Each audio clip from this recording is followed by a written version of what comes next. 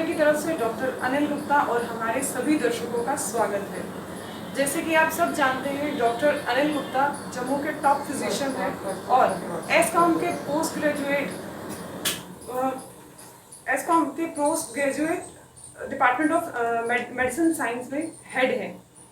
तो सर, आज का हमारा विषय है कोरोना या कोविड-19, जिसे हम कोविड-19 के नाम से जानते हैं। कोरोना की वजह से बहुत ही नेगेटिव इम्पैक्ट हमारी सोसाइटी पर आ रहा है, हमारे देश पर आ रहा है, पूरे विश्व में आ रहा है। करोड़ों लोगों को इस वजह से नुकसान हो रहा है, लाखों लोगों की जानें जा रही हैं। जहाँ तक हम देखें तो जम्मू कश्मीर में भी इसका बड़ा बुरा प्रभाव पड़ रहा है। अस्त व्यस्त हो चुकी सिचुएशंस के साथ लोगों को बहुत प्रॉब्लम्स आ रही हैं। बिजनेस, ट्रांसपोर्ट, इंडस्ट्रीज, बच्चों की पढ़ाई, स्कूल, कॉलेजेस, सब एक तरह से जैसे विराम लग चुका है। तो आइए आज इसी विषय पर हम डॉक्टर अनिल गुप्ता जी से बात करते हैं। सर, आपको क्या लगता है कि कोरोना कब तक रहेगा?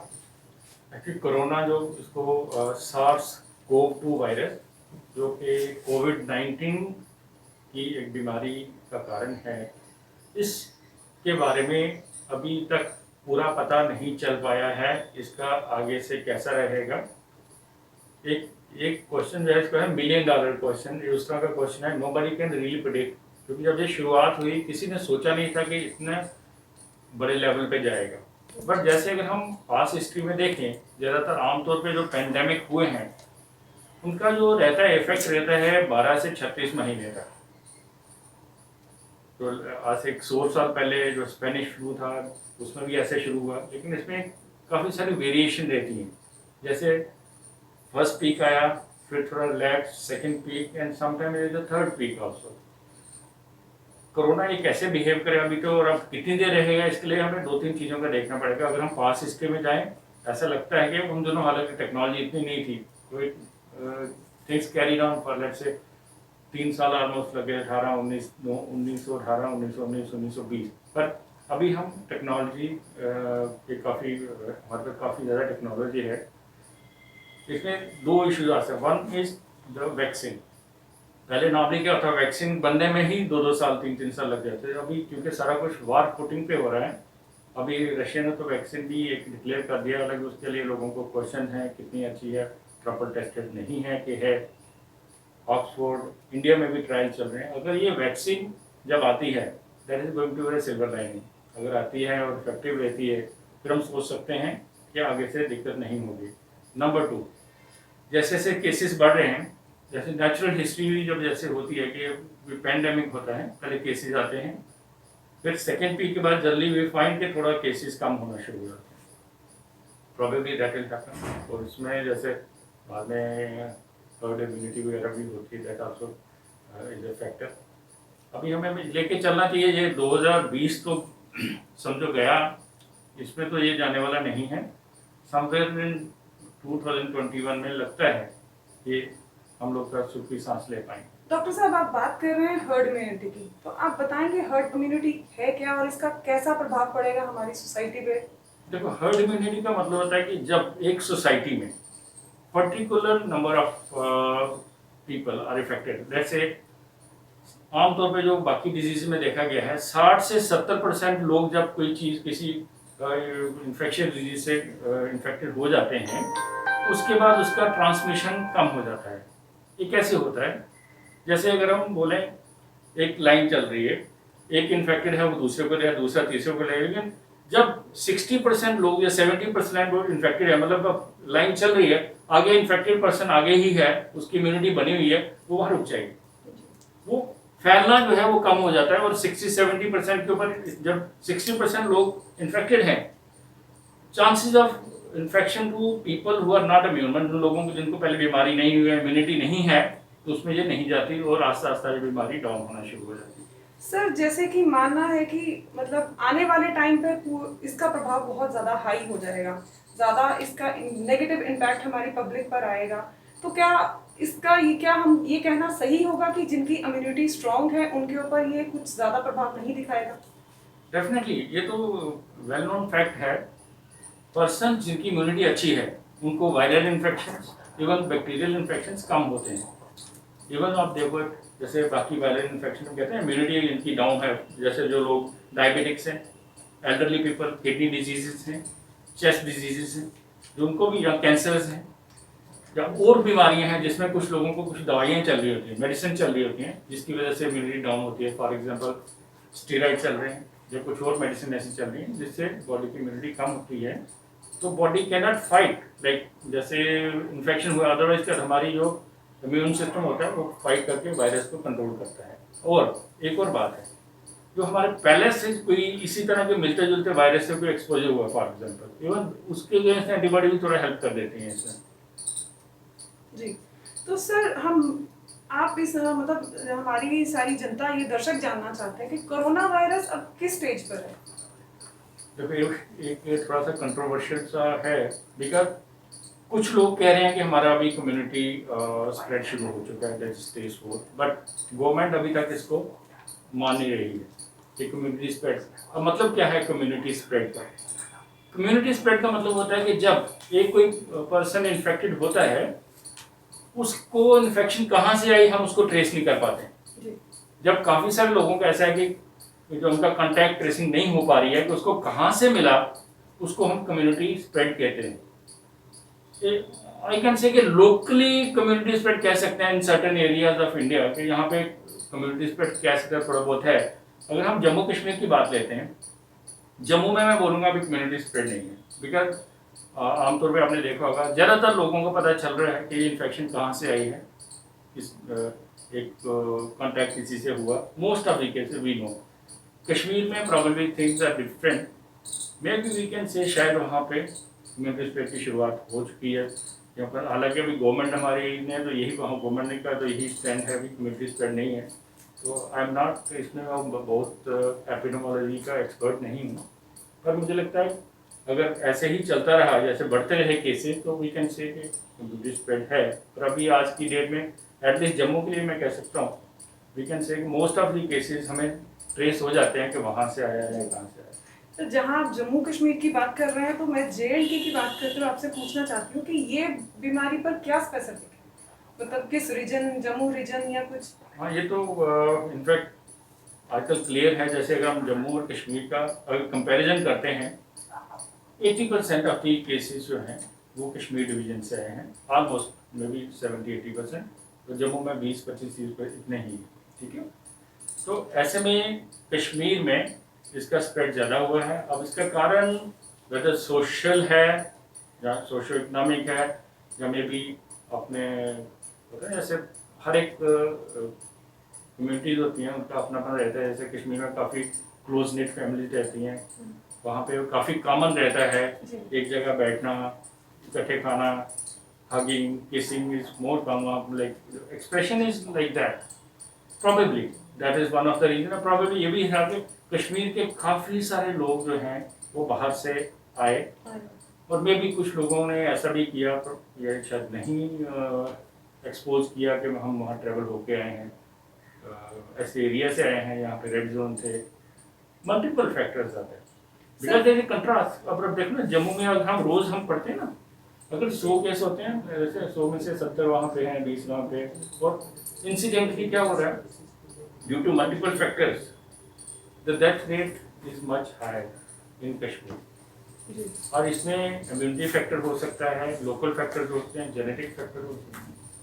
जी सर, आप बात कर रहे हैं कि जैसे मतलब आपस में कांटेक्ट में आने से, तो क्या हैंड वॉश या मतलब मास्क लगा लेने से क्या ये हाइजीनिक है, या इसके लिए हमें और भी कुछ बचाव करने पड़ेंगे? बिल्कुल और करने पड़ेंगे बचाव। ऐसा रहता है, हैंड सैनिटाइजर यूज़ करना तो इम्पोर्टेंट है ही, मास्क पहनना भी बहुत ज़रूरी है, दोनों चीज़ें ज़रूरी हैं। बट इन एडिशन सबसे ज़्यादा ज़रूरी ये है कि आप इसको कैसे, मास्क को कैसे पहनते हैं। जी, मास्क को कैसे पहनते हैं, जैसे हमने मास्क पहना है, अगर मास्क जो है प्रॉपरली फिट नहीं है, जी, फिर हम जो इनहेल करते हैं वो, जैसे आपने N95 पहना हो, अगर ये ऊपर से खुला है, उसको प्रॉपरली बंद नहीं किया गया, और एरिया जो है वो क्लोज्ड एरिया में बैठे हैं, तो उसमें चांसेस होते हैं एयर यहाँ से कुछ जा सकती है।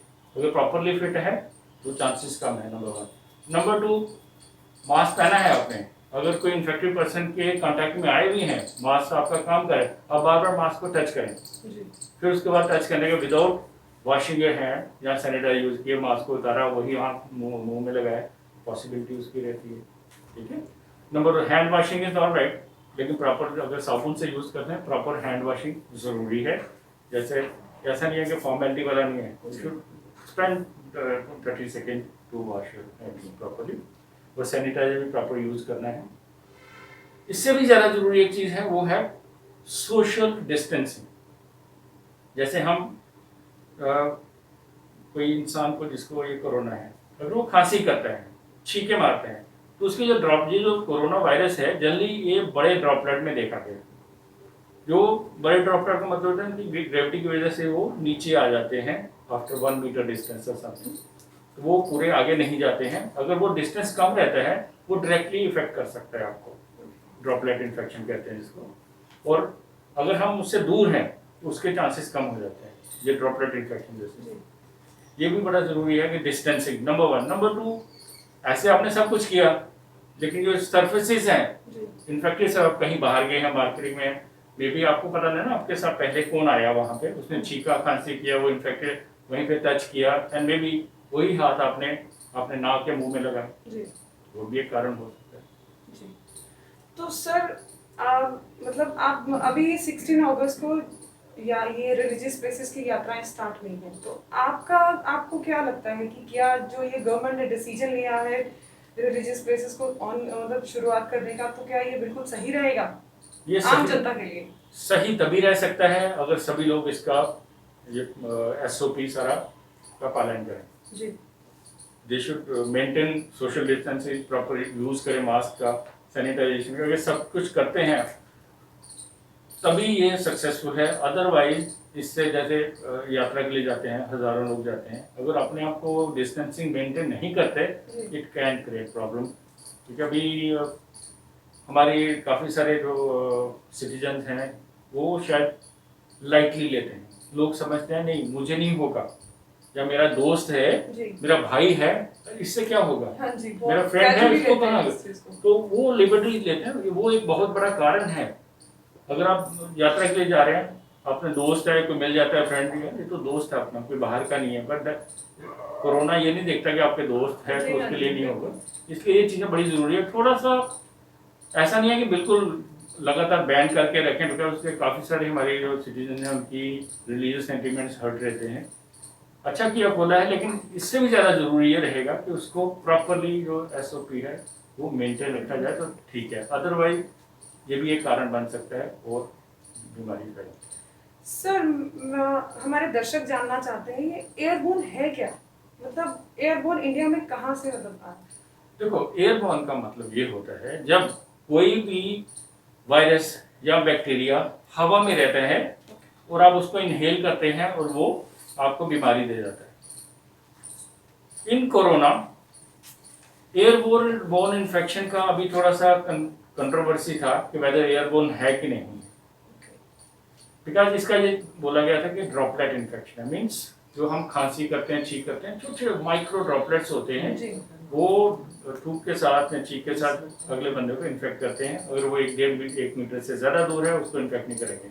लेकिन अभी कुछ एक स्टडीज ऐसी आ रही है, जैसे अभी पता चल रहा है लोगों ने बाकी चीज़ें मेंटेन करा है, लेकिन क्लोज स्पेसेस, अनवेंटिलेटेड स्पेसेस, इसमें ये जो ड्रॉपलेट ड्राई होके इट कैन कुछ स्टडी ऐसे बता रही हैं कि ये हवा में रहता है, ज़्यादा सारे लोग एक जैसे हैं, इकट्ठे हैं, मे बी अगर वहाँ पे अगर जैसे एक रूम में 20 लोग बैठे हैं, 15 बाई 15 का कमरा है, पार्टिंग कर रहे हैं, उसमें चांसेस हैं कि वो, अभी इसके ऊपर काफ़ी सारे रिसर्च चल रही है वेदर रियल एयरबॉर्न है कि ड्रॉपलेट्स की वजह से ही सिर्फ हो रहा है। बट अभी हम ये लेके चलें कि एयरबॉर्न, हम इसको लेके चलें, उसके अगर सारे प्रिकॉशन लें तो बेटर ही रहेगा। जी सर, साइकोलॉजी की बात करें हम आपसे, तो बच्चों का हमें है, जैसे कई महीनों से स्कूल कॉलेजेस बंद पड़े हुए हैं, बच्चों की कोई एक्टिविटी नहीं हो रही है, स्टडी भी आज हम उनको इंटरनेट से ही करनी पड़ रही है, तो उनकी साइकी के ऊपर कोरोना का क्या इम्पैक्ट है और उनकी साइकी के ऊपर कैसे ये प्रभाव डालेगा? आप इस पे कुछ? देखो अभी तो ऑलमोस्ट 5 मंथ्स हो गए, जी ठीक है, ऑलमोस्ट स्कूल बंद हुए। अगर ये कंटिन्यू रहता है डेफिनेटली बहुत बड़ा प्रभाव पड़ेगा। तो हमारा system of education, system of teaching सब बदल रहा है। इसका एक प्लस पॉइंट ये हुआ है कि लोग ज़रा टेक सेवी हो गए, देर लाइक ऑनलाइन लर्निंग बढ़ रही है, जो बीच में पहले इतनी ज़्यादा नहीं थी। अब छोटे छोटे स्कूल भी, यंग पीपल भी पढ़ना शुरू हो गए हैं। बट जो कैंपस का एक्सपोजर, जी सोशलाइजेशन जो स्कूल में मिलती है, जो फ्रेंडशिप स्कूल में, वो चीज़ें पीछे जा रही हैं। और जो लोग पहले से ही बच्चे जो हैं, see many children they are getting restless, they are more jittery, anxiety, और ये क्या कहते हैं इसको, ज़्यादा क्रैंकी नहीं होते वैसे हो गए। ये हो रहा है ऐसे बच्चों का। और इसके लिए आई थिंक पेरेंट्स का बड़ा हाथ रहेगा टू मेक देम फील कि नहीं, you are in company, be more friendly with the children, because children need their friends to give vent to their feelings। जो अपने दोस्तों के साथ बातें कर सकते हैं, अपने क्लास वालों के साथ फिजिकली जो बातें कर सकते हैं, मिल सकते हैं, वो शायद घर में नहीं हो पाता। वो चीज़ का कॉन्वर्सेशन में ये रह गई हाँ, है बस। वो भी कन्वर्जन अभी जैसे हम पहले, देयर वाज अ टाइम, आज से 1 साल पहले तक, 6 महीने पहले हम बच्चों को कहते नहीं हाँ, मोबाइल में मत देखो, इंटरनेट कंप्यूटर ज़्यादा मत देखो, ये हो जाएगा। जी, अब जी। No we are asking them, नहीं करो, ऐसे करो, इस पे पढ़ो, ऐसे करो। ये टोटल डेफिनेट साइकी पे फर्क तो पड़ेगा, लेकिन अगर ये शॉर्ट ड्यूरेशन में है, another few months it's over, I think effect will be enough soon. But अगर ये साल 2 साल और चलता है, then it's going to have a drastic effect. Sir undoubtedly corona से बड़े बुजुर्गों को भी बहुत प्रभाव पड़ रहा है, उनके ऊपर जो इनका नेगेटिव इम्पैक्ट आ रहा है, आप उनकी साइकी के बारे में क्या कहेंगे? आप सही कह रहे हैं। मैं अपने पेरेंट्स की बात करूं, अगर जी मेरे पेरेंट्स जो हैं वो मेरे ब्रदर के साथ रहते हैं फॉरेन। मैं मतलब उनको हर हफ्ते 1 या 2 बार मिलने जाता था। जी अब since I am seeing patient, मैं हॉस्पिटल जाना होता है, हमारा हॉस्पिटल कोविड हॉस्पिटल भी है वहाँ कोविड पे, और ये मन में रहता है हम पेशेंट देखें हैं, whether I should go and meet them. And सच्ची में बात कर रहा हूँ, मैं अभी एक दिन ऐसा रहा कि मैं कोई 3-4 हफ्ते मदर फादर को मिलने नहीं गया, एंड वो बहुत ही बुरा फील कर रहे थे। मेरे फादर कहते हैं इस ज़िंदगी का क्या जीना, ऐसे घर में ही बैठना है, क्या है यार ये कोई ज़िंदगी, लाइक डिप्रेशन आना शुरू हो गया। And they can not meet, मतलब my parents have not met their daughters for few months, because वो एल्डरली हैं, एवरीबडी टेक्स है यार, वो 80s में है, मिड 80s में है, लेट 80s में है दोनों। कोई बाहर से उनके बच्चे आएंगे, इन्फेक्शन ना हो जाए, वो स्ट्रेस रहता है, और उनको आई से कि डिप्रेशन जैसे अभी। पर थैंक्स टू टेक्नोलॉजी हम व्हाट्सएप कॉल या स्काइप पे फेस टू फेस बात कर सकते हैं, थोड़ा सा वो भी है, नंबर 1। नंबर 2, अगर कोई बुजुर्ग बीमार हो जाता है, it is a very serious problem, like they are not ready. उनको लगता है कि वहाँ हॉस्पिटल जाएंगे कुछ हो जाएगा, पता नहीं है नहीं है, it's affecting their life like anything. Sir जैसे कि आजकल हम लोग न्यूज़ में सुन रहे हैं कि वैक्सीन जल्दी ही आ जाएगी, इसका रशिया ने टेस्ट किया, मतलब इंडिया अभी आप 15 अगस्त में मोदी जी ने भी यही कहा, प्राइम मिनिस्टर मोदी जी ने भी यही कहा कि वैक्सीन जल्दी आएगी, तो क्या कुछ पर्टिकुलर या परफेक्ट टाइम इसका उन्होंने बताया? It's very difficult. वैक्सीन अभी तक फेज 2 फेज 3 ट्रायल चल रहे हैं, ओके ठीक है, ह्यूमन ट्रायल शुरू हो चुके हैं। अब उनका इफेक्ट, जब 2 चीज़ें देखने वाली हैं, नंबर 1 इज इफेक्टिवनेस, वेदर जो वैक्सीन हम दिया उससे एंटीबायोटिक्स जो एंटीबॉडीज जो बन रहे हैं वो उसको सक्षम है उसको रोकने के लिए कि नहीं। कई बार क्या होता है, एंटीबॉडीज बनी है लेकिन एंटीबॉडीज वो है वो उसको इफेक्ट नहीं कर पा रही हैं जो वायरस इन्फेक्शन। और नंबर 1, अगर एंटीबॉडीज बन भी गई, ये कोरोना वायरस जो है ये अपना जेनेटिक चेंज ले आता है, जेनेटिक ड्रिफ्ट कहते हैं, लाइक ये अपने आप में चेंज कर देते हैं, वेदर उसको भी कवर कर पाएंगे कि नहीं कर पाएंगे।